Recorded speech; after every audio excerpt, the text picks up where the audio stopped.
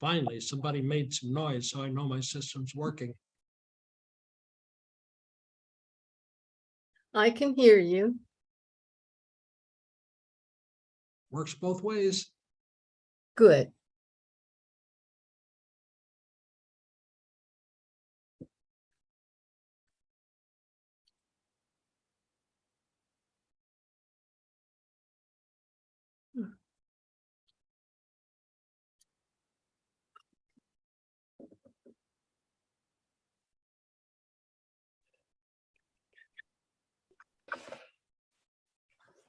Good afternoon, everybody. Good afternoon. Afternoon. How's everyone doing today? Fine. Still positive. Good afternoon, everybody. Negative. Linda, that is a nice skylight you have. Yes, I made it myself. I have an instruction manual so other people can do the same. Perfect.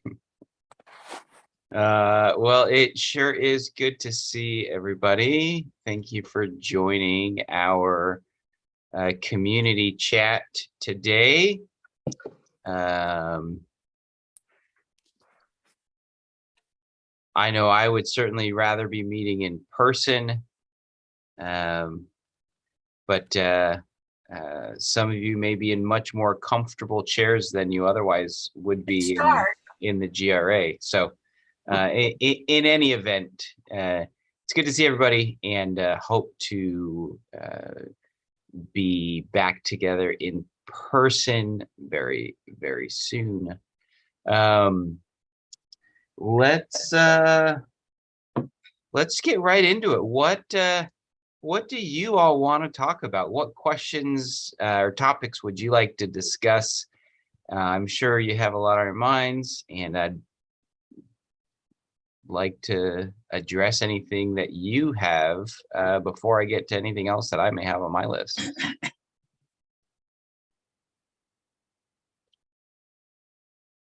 Shell, go ahead. I would either like to clone me or get a new computer, another computer, because you have the cybersecurity program right in the middle of all of our community chat, and I like them both. Yeah. It's too bad. Yeah. Are they recorded? You know what? I don't think so. I don't think the cybersecurity event presentation is recorded. However, this presentation, technically, we do get a recording of it. So if you wanted to slip out early and you wanted miss in this community chat, let me know and I can send you a link to the video. No, I'll stick with you. The morning and afternoon sessions, they said, were the same. So if you saw the morning. No, I was at work this morning. Okay.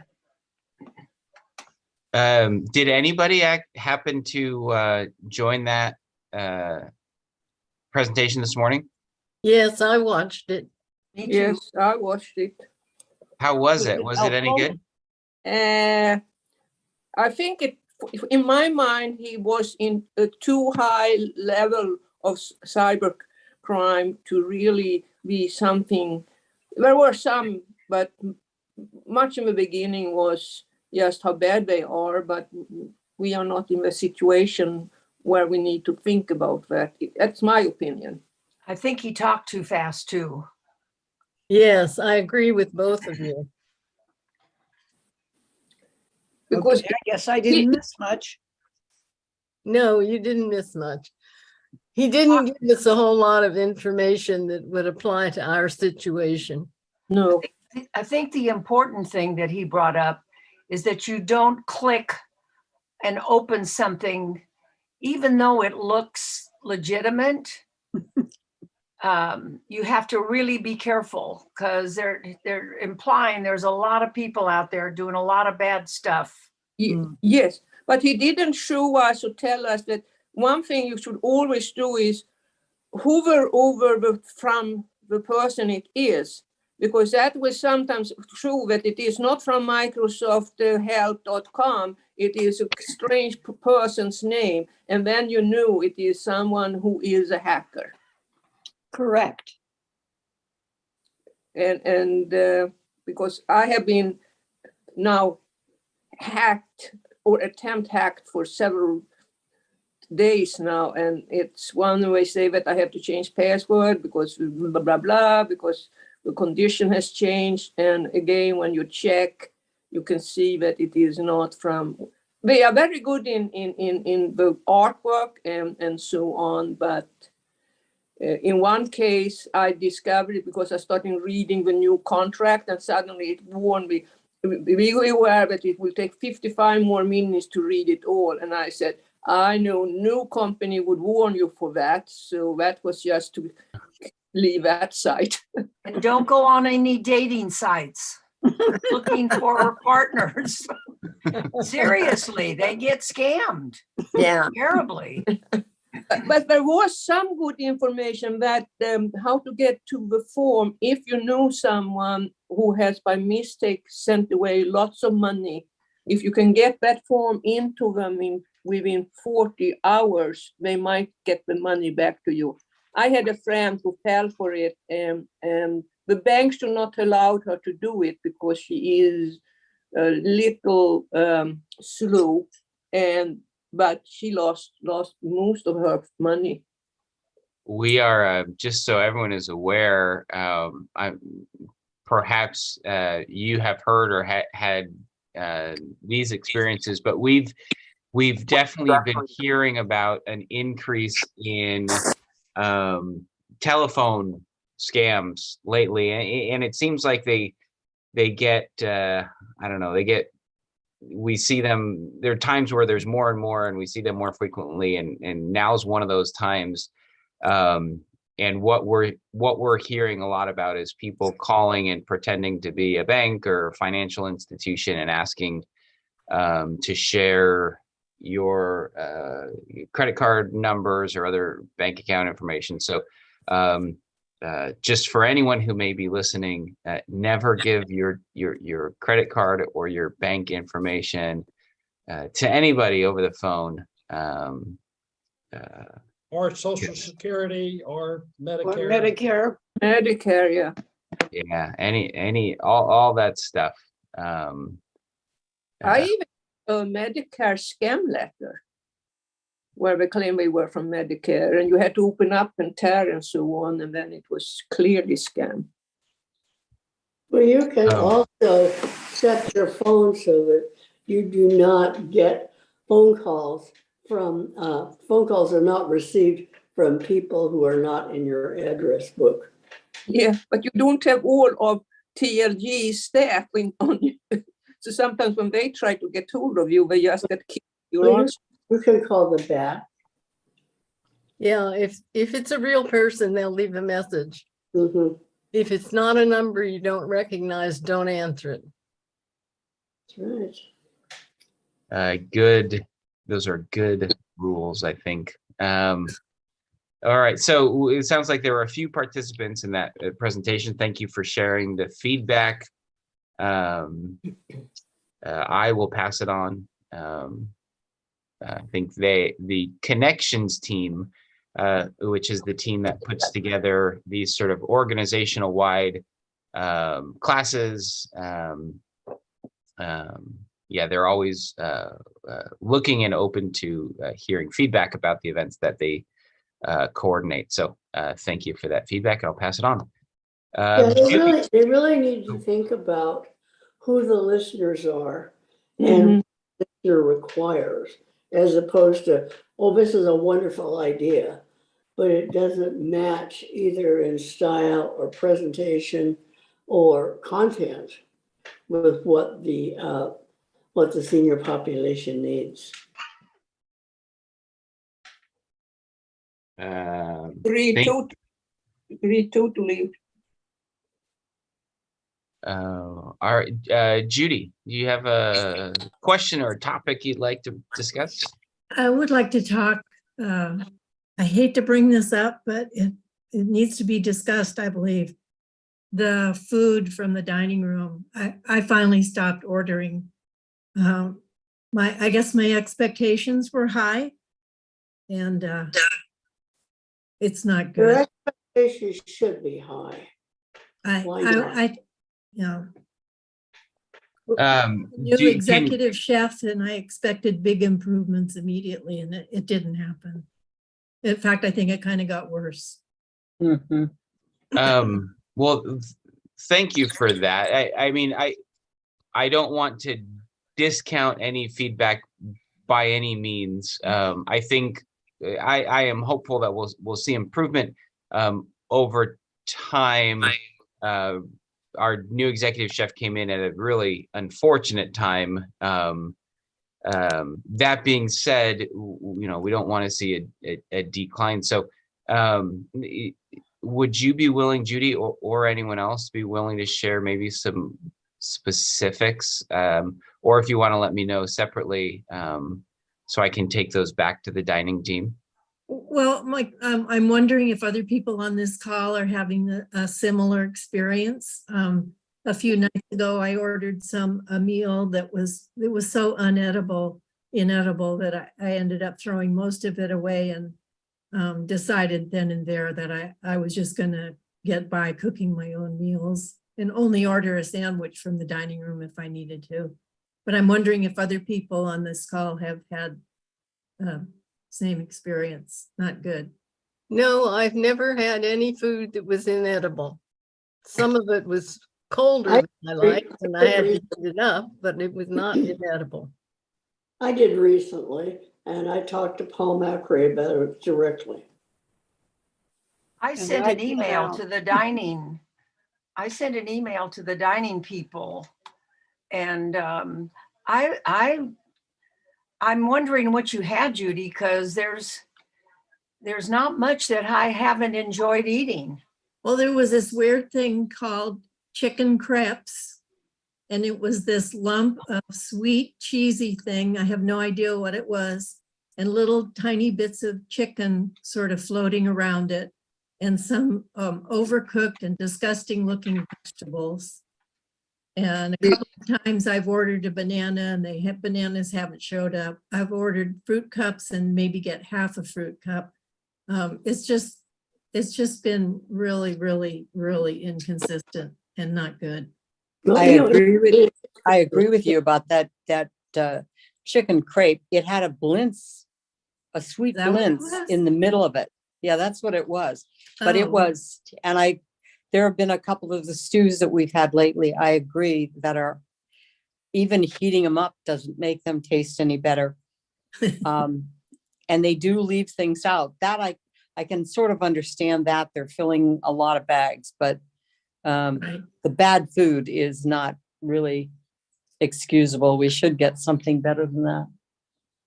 Yeah, Linda, this is Susan. Linda and I were comparing comments on the curry chicken salad, and Linda was saying that hers was definitely curry flavored, and mine was not. So I got a different part of the batch, or it was a different batch or something. So consistency is still a problem too.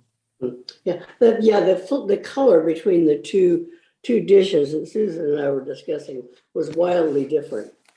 Mine was yellow and hers was not. Because So- mine was good. Leon and I both ate it. And the other salad that they had this week, I thought was good. The shrimp Caesar.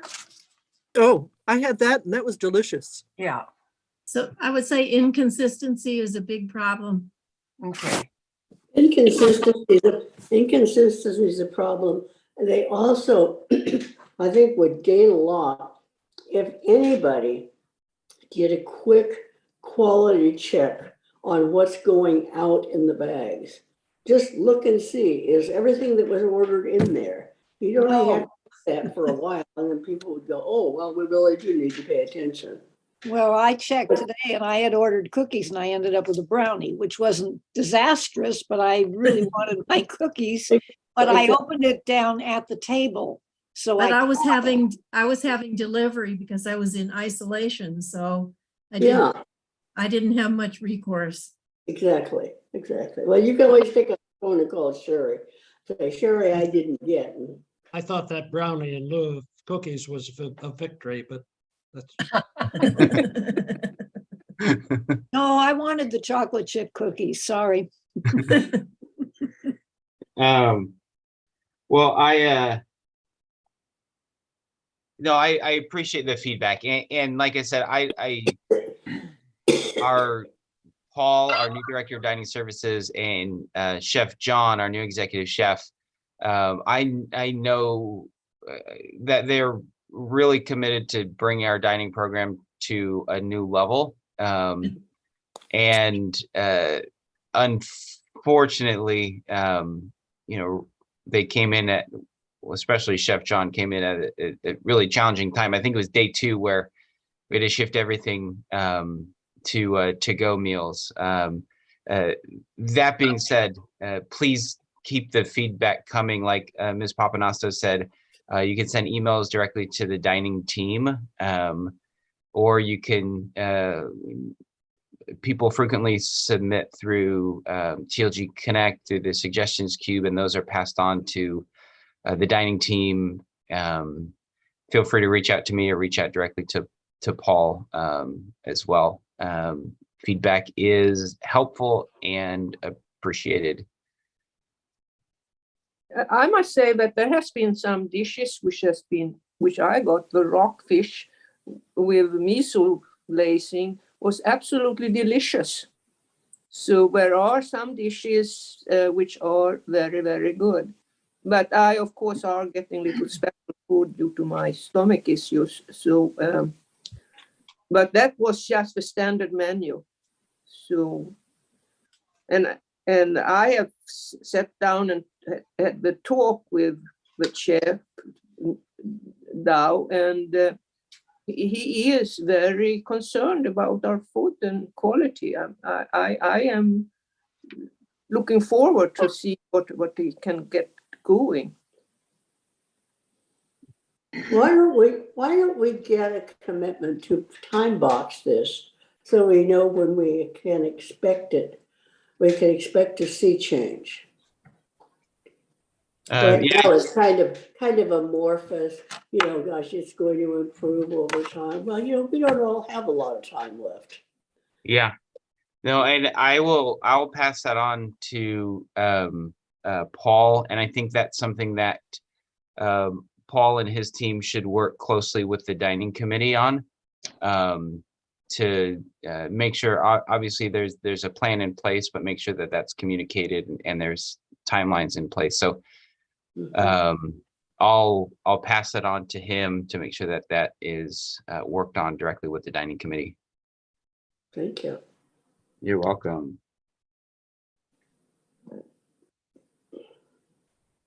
I'm just jotting some notes here. Okay. What do you do with all those notes you jot? I just keep Puts them filling up. immediately in the shredder. I just keep filling up these notebooks, and then once I get to the end, I just toss it in the trash and then start a new one. Perfect. Bradley, this is Susan. Yes, Susan. Dining committee meets next week, and I'll put it on the agenda. Perfect. with respect to notes, there's a precedent for tearing them up and throwing them in the toilet. Well, get your maintenance request ready. Yeah, I haven't done that, but Good you never thing. know. Never know. All right, let's see. You have a little one who might do that. What's that, Linda?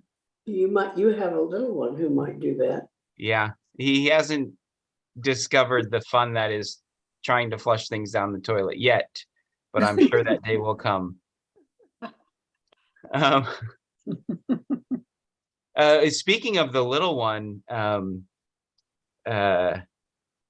this is nothing work related or community related, but I may have told some of you before that we take him to a swimming class every Saturday, and it's this sort of community pool, and they have all these different classes going on simultaneously.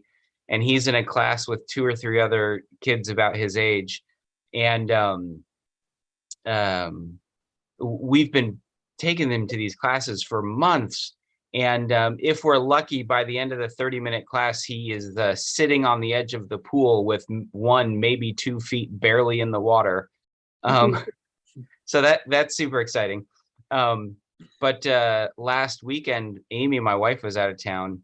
And so it was just me with him at swimming class. And that was the one day where he decided to reach out and try to grab the toy that was floating in the pool. And then he took a header right in the pool. And Excellent. it was one of those moments where it in reality was about a half a second, but it feels like 30 seconds, right? It's all slow motion. And then like I looked around and it seemed like everybody disappeared and nobody was there. And so I jumped in the pool after him, fully clothed. Oh, God. And it caused quite the stir at the pool. And then, you know, class was over, and you know, I was walking back to the car as the other class was coming in, and they see me in my jeans and sneakers soaking wet and wondering, well, what did that guy do? Have you gotten any word from the class to not come back? No, but maybe they contacted Amy directly and let her know. I don't know. Mhm. Did he dog paddle at all? No, he wants nothing to do with the swimming pool. So we just go and light a check on fire and give it to them every week and say, here's our money. But yeah, he He'll do wants. it ready. He'll do it when he's ready. Did Yeah, you have your phone in your pocket? I sure did. I had my phone, I had my wallet, I happened to have my headphones in my pocket, which I never do, but the time I jump in the pool, obviously I do. So yeah, but everything dried out. So anyways, fun times with a 2-year-old. Let's see, what else is what other topics are on your mind? Are there more COVID cases after the testing yesterday? Two. I thought no one would Hamilton. ask. We at the testing clinic yesterday, we identified 2 new cases. So I believe yesterday there were the 2 new cases. We also the day before yesterday identified 1 case in the Grove. And then we had a couple of cases that dropped off our list of active cases, residents that had recovered. So I think at the end of the day yesterday, we were still at 20 residential living residents, 1 memory support, and then 3 team members. I think as of today, I haven't sorted through everything yet, but I think there's 3 or 4 cases that have dropped off, residents that have completed their isolation period. And then we have, I think, 4 or 5 that are scheduled to discontinue their isolation tomorrow. So we're still seeing cases, but we're seeing more cases that are finishing their isolation. And it seems like residents are finishing their isolation at a rate faster than we're seeing new cases, which is good. Hopefully by next week, we'll see a fairly significant decline in cases. But we will not know until then. Bradley, what's the total number of cases we've had just this month? Just this month, I don't have it. It's got to be exact up number. over 25, 26, something like that. Yeah, it's somewhere in 20, I want to say 26 to 27 cases that we've had since October 1st. So I have a question about recurrence. Yes. Are there people who have had COVID and now it's happened again? Oh, yeah. Oh, yeah. Yeah, we have, and I don't have the data in front of me now, but I want to say of the 26 or so cases that we've had the last 2 weeks,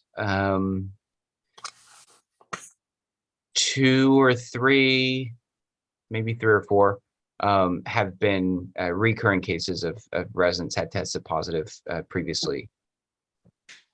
Previously, as in a year ago or 2 years or a month or recent, or I guess that isn't important. I was just curious. Yeah, I'm not sure offhand.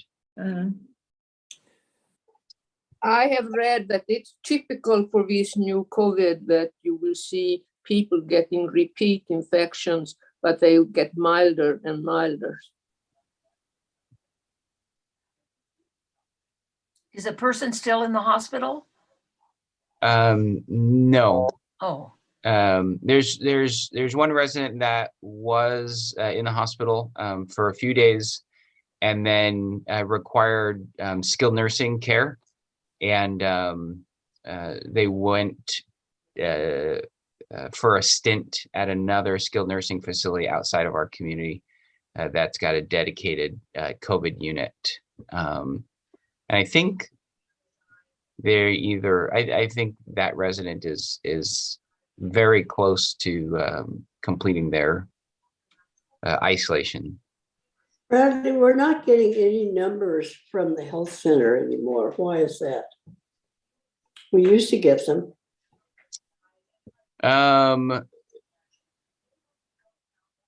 That's a good question. And I think the reason is it's complicated. How's that for an answer? There's no good reason. So what has typically the case when there is a resident in the health center that tests positive? Typically, as soon as we learn that they've tested positive, we'll work with, there's 2, sometimes a third nearby skilled nursing facility that we're partnered with, where we'll transfer those residents to one of those facilities with a dedicated COVID unit. And so typically, if we have a case, then usually within a couple of hours, if not sooner, they're transferred out. And so we haven't been including them in the reports out to the community, but we could. It would be helpful, especially for those of us who want to be able to go up to the health center, whether it's for the bookmobile or just to visit residents up there. Because they're pretty much stuck right now. Yeah. Okay. Yeah, we can make sure to include that information. Thank you. I'd like to say, to let you know that Notions and Needs is open. They're regular days now, Monday, Wednesday, Friday, Saturday. And I wanted to thank the people that stepped up and offered to clerk at the store.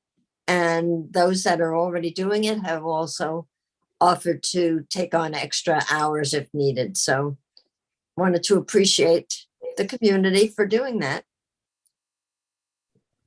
Thank you for that update. And thank you to all those volunteers with the auxiliary. Let's see.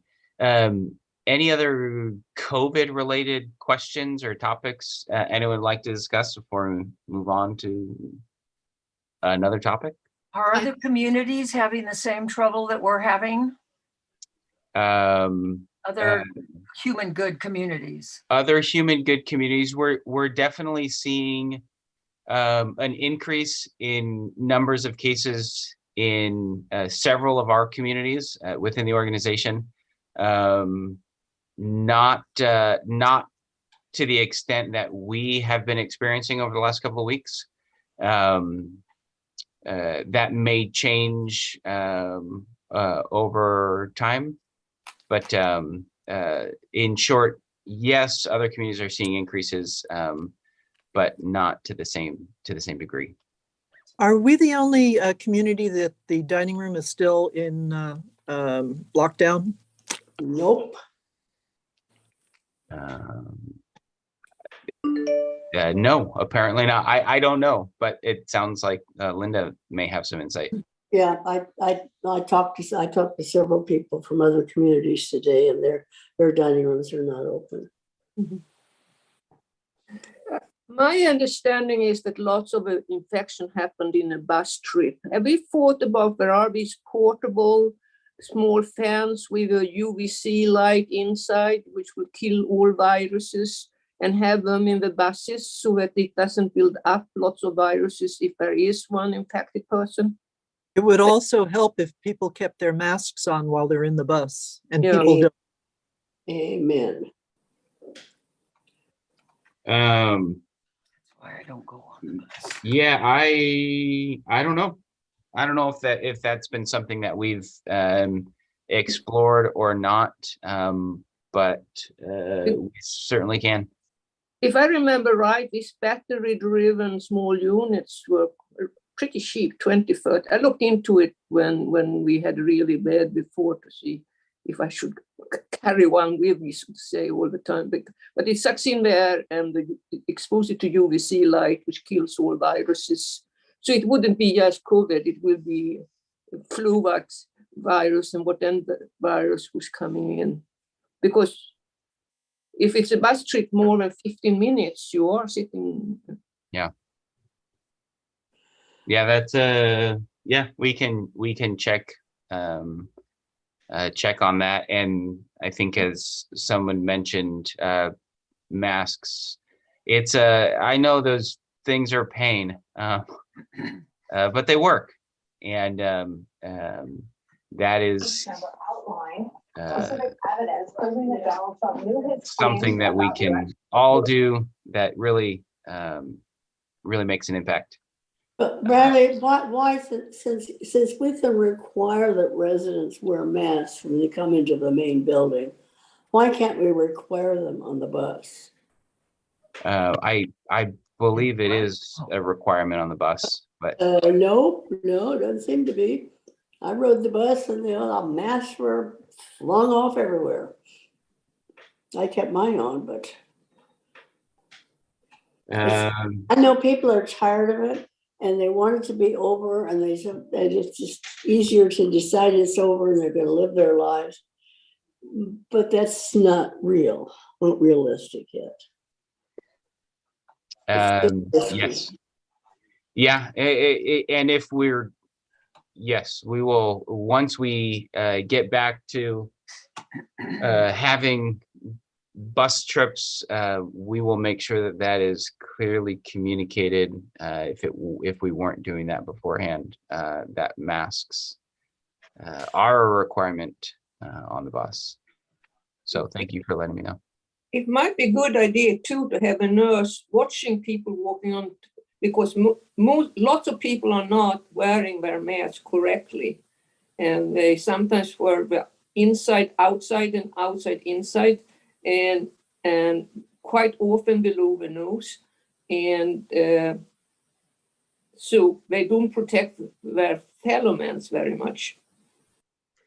Well, I tell people if I'm with people who are wearing their masks wrong, I tell them to put them on correctly. Most of them will. Yeah. They like it, but they do. Thank you for that. Yeah, I don't know realistically if we would have the ability to have a nurse there monitoring, but we can certainly have, the team members that may be going on the trips, have them reinforce to the attendees how to and the importance of wearing masks properly.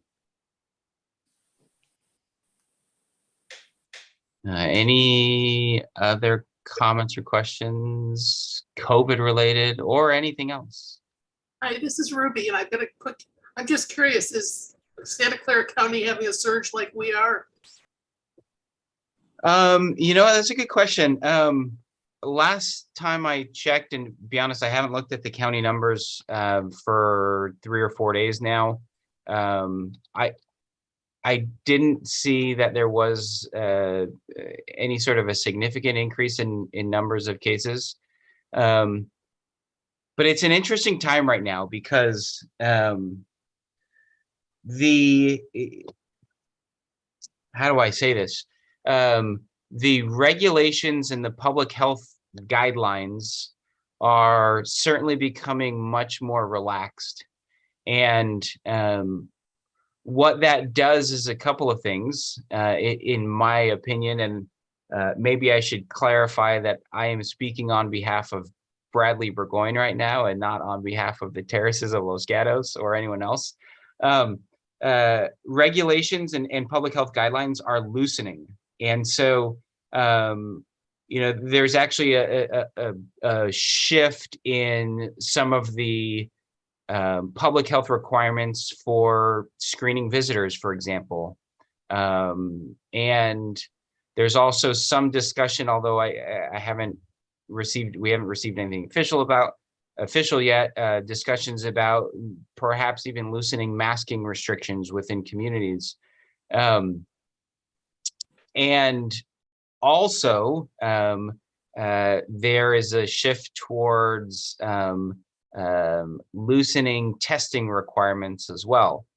And so one way to look at that is, unfortunately, we may see a rise in infections, but the data may not support or be accurately reflect the rise in actual cases if testing requirements and testing protocol are loosening at the same time. So,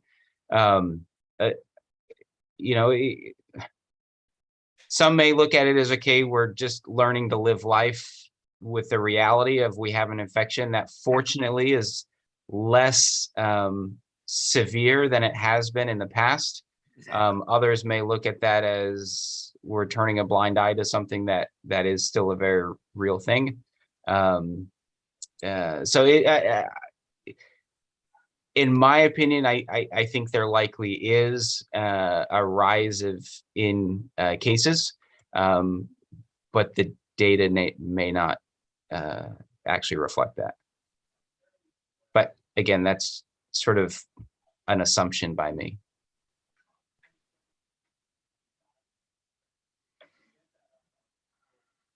What else? What else is on your mind? So there's a bus trip scheduled for October 25th to Larry Carter's garage. Do we think that's still going to happen or not? There is not been, as far as I'm aware, a definitive decision on what will happen or not happen on that date, unless Judy, you may have more information to share. Yeah, so I talked to Jim Ottinger. I talked to Jim Ottinger yesterday, and he's the one in touch with Larry Carter. And Jim and I, after what's been going on and everything is so uncertain, Jim is leaning towards maybe doing a spring trip and canceling the October trip. There's just too much uncertainty about the virus, and not too many people have signed up either. So probably gonna be on hold and not happen till spring. Yeah, it looked like we had 11 signups.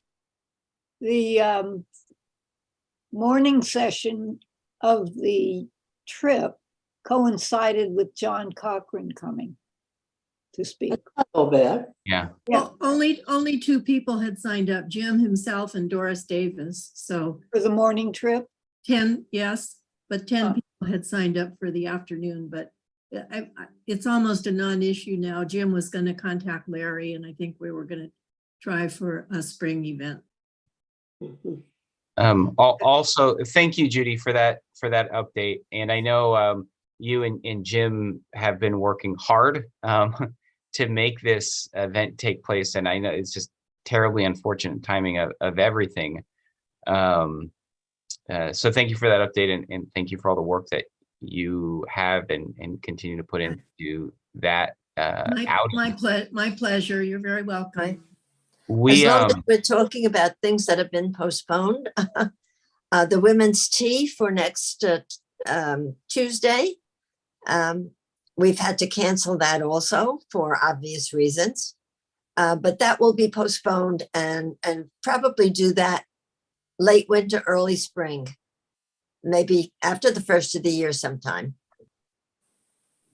Thank you for that update, Sharon. And I'll just keep the string going. Shelley had referenced the visit from John Cochran that had been rescheduled from its previous date due to COVID-related issues. And we've actually made the decision to once again reschedule that visit, just due to the uncertainty of everything right now. Also, in my opinion, it's probably not a great look to bring the CEO in and have everybody get together for a big meeting after we've gone for several weeks of telling residents it's not safe to get together in big group meetings. So we made the decision that we were going to once again, unfortunately, postpone that visit to a later date. Bradley, this is Angela Papanastos. Yes. I'm beginning to think that this thing is going to go on forever.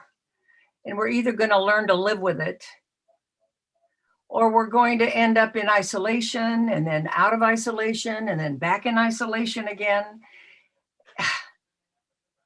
I don't know what the answer is to this, but it just keeps changing. And of course, not any of us are happy about it, but I'm particularly unhappy about it. I'm unhappy about it also. Nobody's happy about it. I don't know what the answer is. Unfortunately, I think I was talking to a resident yesterday, and this resident had sort of made mention to me that this current sort of increase or spike in cases has really made potentially even a greater impact on our community than previous cases. And I think for a number of reasons. One, because it happened so quickly, but also because I feel like we had made a lot of progress, and we were getting back to somewhat of a normal life and enjoying the time that we were able to spend together and be able to do things that we hadn't been able to do for the last couple of years.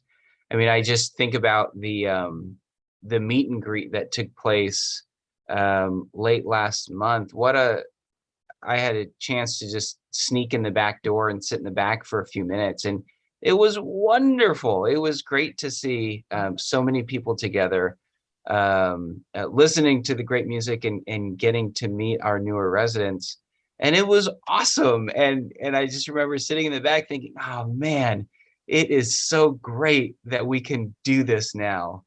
And then, just a few days later, here we are, back where, it felt like we were, a year ago or 2 years ago. And that hurts. It really hurts. But yes, I mean, it is something I think we are going to have to live with potentially forever. And does that mean, every time there's an increase in cases, we have to, shut down like we have been doing? I don't know. And I think this virus, although I'm no epidemiologist, it seems like it has been evolving and evolving and evolving, and we'll see how it evolves. And I think from there, that's just what we have to go off of to figure out, what do we do next, and what does the next phase of this whole process look like? And unfortunately, I just don't know what that will look like. Was there a spike after meet and greet? Well, I Was mean, it only after the bus trip? You can't pinpoint things like that. yeah, it's so difficult, and I wish, I wish we had the I wish we had the resources, and I wish we had the abilities to really trace all of the infections to know where they came from, but we really we don't know. It's likely 1 or 2 cases maybe from a bus trip, and maybe 1 or 2 cases from the dining room, or maybe a case or 2 from the meet and greet. It's just, it's really difficult to tell, especially for our in residential living. In some of the higher levels of living, assisted living, or memory support and health center, it's a little easier sometimes to trace some of the infections. But for independent living, residential living residents, it's really a challenge. Bradley, do we have any idea how many residents have had the bivalent vaccine? I don't offhand know. I don't know the number. I know that at the clinic that we had, what was it, 2 weeks ago, there were 159 residents that received the bivalent booster at that clinic. I know there are quite a few residents that had already had the booster, or have since gotten the booster, not through us. And so that number is a little harder to know, especially me. I don't know it right now. But there was fairly high participation, which was great. We're having a bivalent booster clinic for team members next week, a week from today, and we've opened up space for residents that were unable to attend the last clinic to participate and get their bivalent booster there next week as well. So I know there's maybe a dozen or so residents that have signed up already for that booster clinic, and hopefully we'll get a few more. I think it would be interesting to find out who got the booster and who tested positive right shortly after, maybe symptomless also. Yeah.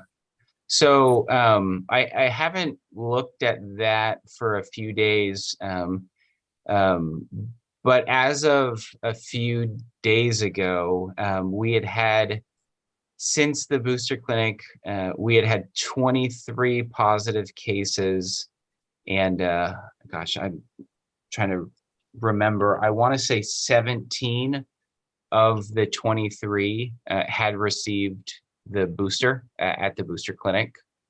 So it was certainly a high number. But it was all sort of happening at the same time, right? And if you look at the incubation period of the virus, were they infected before they got the booster, but they didn't know, or Right.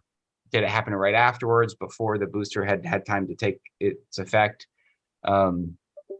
So it's interesting to look at that data. I don't know if there's a lot that we can extrapolate from it at this point, at least.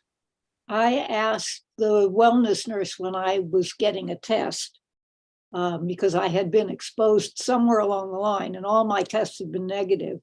But I asked her if there was any correlation between getting the booster shot and the number of cases that we had. And she said that everybody responds to the booster shot differently. So it's really hard to correlate.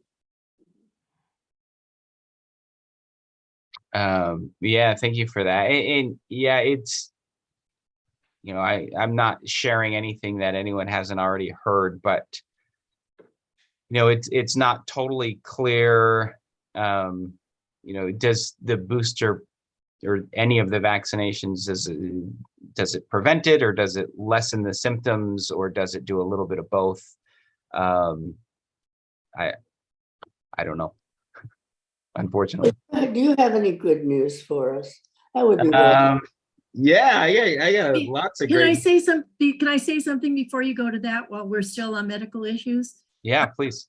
I am just so impressed with Pine Park. It's the best thing I did was to sign up with Pine Park Health. They're very, very responsive, even at 10 o'clock at night. So hooray for Pine Park Health. Great, thank you for that. Appreciate you sharing that feedback. Moving on from COVID, how about we move right into resident fee increases? Let's not. We asked you for good news.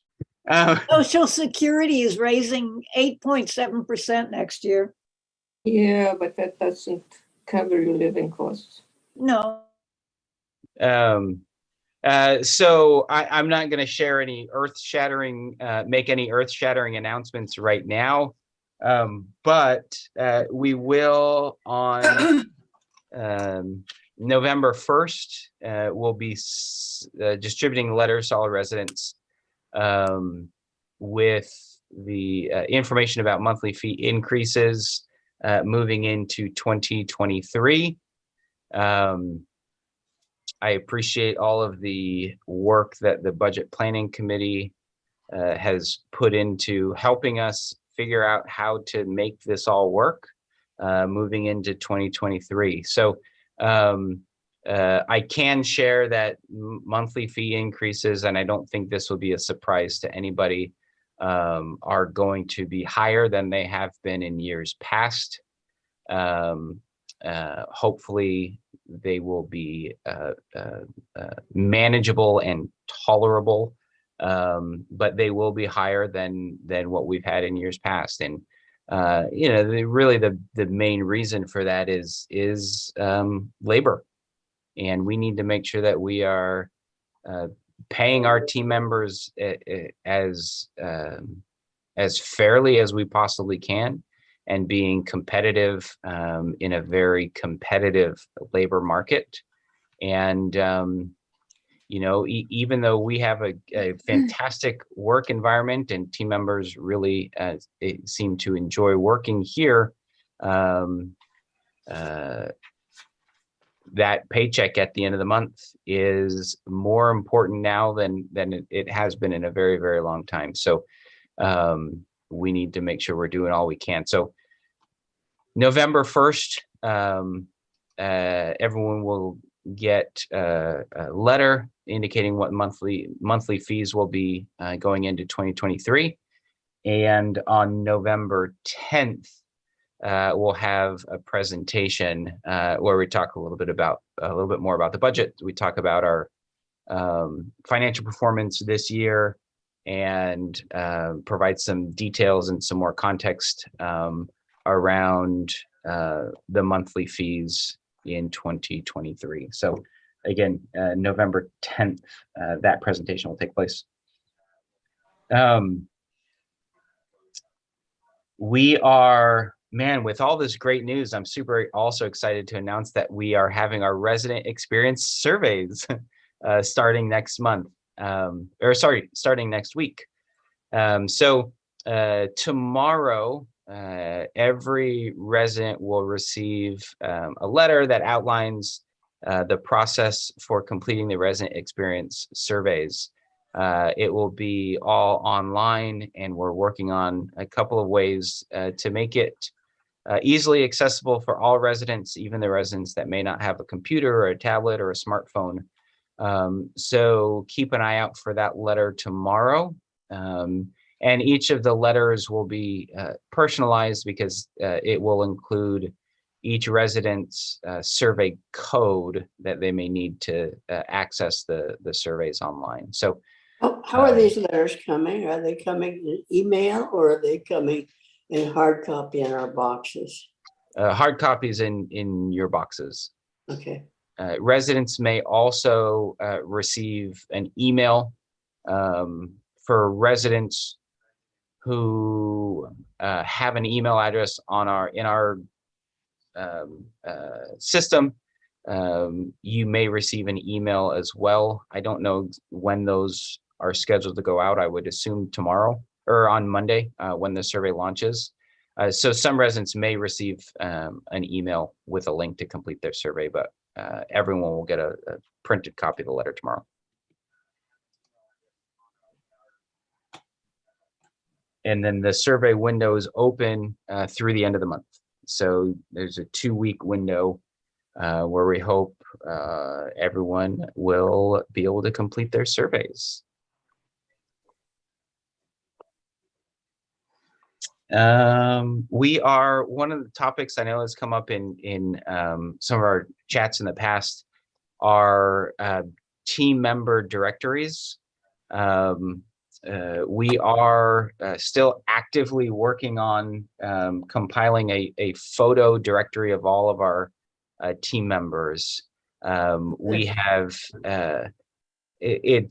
it like so many things, it unfortunately turned out to be much more complicated process than we had hoped, because we didn't have photos of many of our team members, and many of the photos that we did have of our team members were in some cases 10, 15, 20 years old. And so if you saw the picture, you wouldn't actually know sometimes who they were. So we have been working on getting updated photos of all of our team members. We're getting really, really close. We were hoping to have all of them, or at least almost all of them, by the end of this week. So within the next couple of weeks or so, I'd say we'll have an updated photo directory that will be available for residents, and there'll be an electronic version. And then also, I think, as somebody had mentioned a couple of weeks ago, to put a printed version in the library for residents to access. So we're still working on it. Just wanted to make sure everyone is aware that we hadn't forgotten about that. We know it's important. Do you still have the employee of the month? There's the parking place is still out there. I just wonder if that's still active, or has that been put on hold? We are not doing the employee of the month in the way that we have been. And I didn't think there was still a parking place out there, but it sounds like there is. So Next to the doctor. Okay, we'll need to look at that. And the reason we actually decided to stop doing the employee of the month program the way that we had been doing it, at least, is in my opinion, it's sort of counterproductive, unfortunately. When we have 220 team members, and 12 of them are a year are awarded the team member of the month program, what that means is you're left with 208 other team members that are either frustrated or confused about why they were not the team member of the month. And so we decided, let's focus our efforts more on ways to impact more team members. And part of our action planning that we're working on right now, after the recently completed team member experience surveys, is what does that look like in 2023? And so we've got a few plans in the works right now that we're trying to work out the details too, so that we can make sure that we are recognizing and honoring and expressing our appreciation publicly to many more of our team members. So something we're actively working on. If there is a parking space out there that's still reserved for the team member of the month, we need to change that. So we will.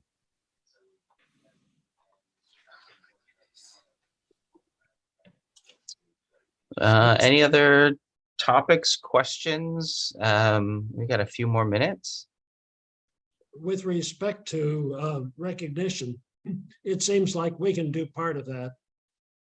Go into the suggestions cube and recognize a team member when it's justified. Yes, thank you for mentioning that. It really makes a huge impact when team members receive recognition, not only from their supervisors or their peers, but also from residents. I would say even more impactful when it comes from residents. So just to actually conclude today's chat, I'm going to do something here. I'm going to share my screen, and I'm going to show everyone how that process works. So let's see, bear with me just a moment. If you open up TLG Connect or Cubigo, and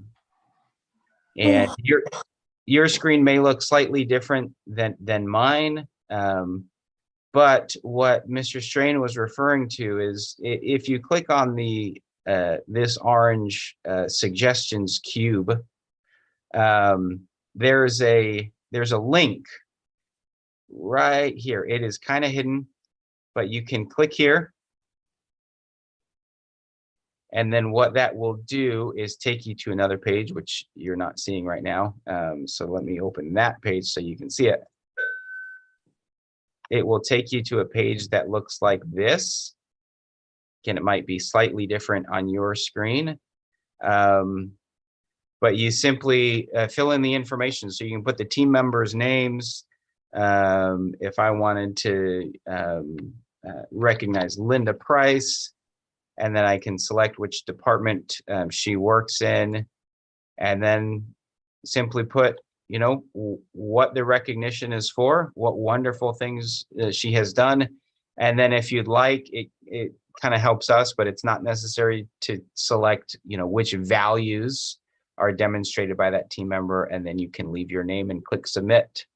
And then that triggers a process which ultimately gets to the team members receiving that recognition. So it would encourage any and all residents or family members or anyone that would feel so inclined to express their appreciation for our team members. That's one way that you could do it that make an impact. And on that note, I kept you for an extra 2 minutes. But I appreciate all of your time. And if there's anything we didn't talk about that you wanted to, feel free to reach out to me. And I hope everyone has an enjoyable rest of the day. Thank you, Brad. Thank you. Bye-bye. Bye, Bradley. Thanks, everybody. Bye all. Bye-bye.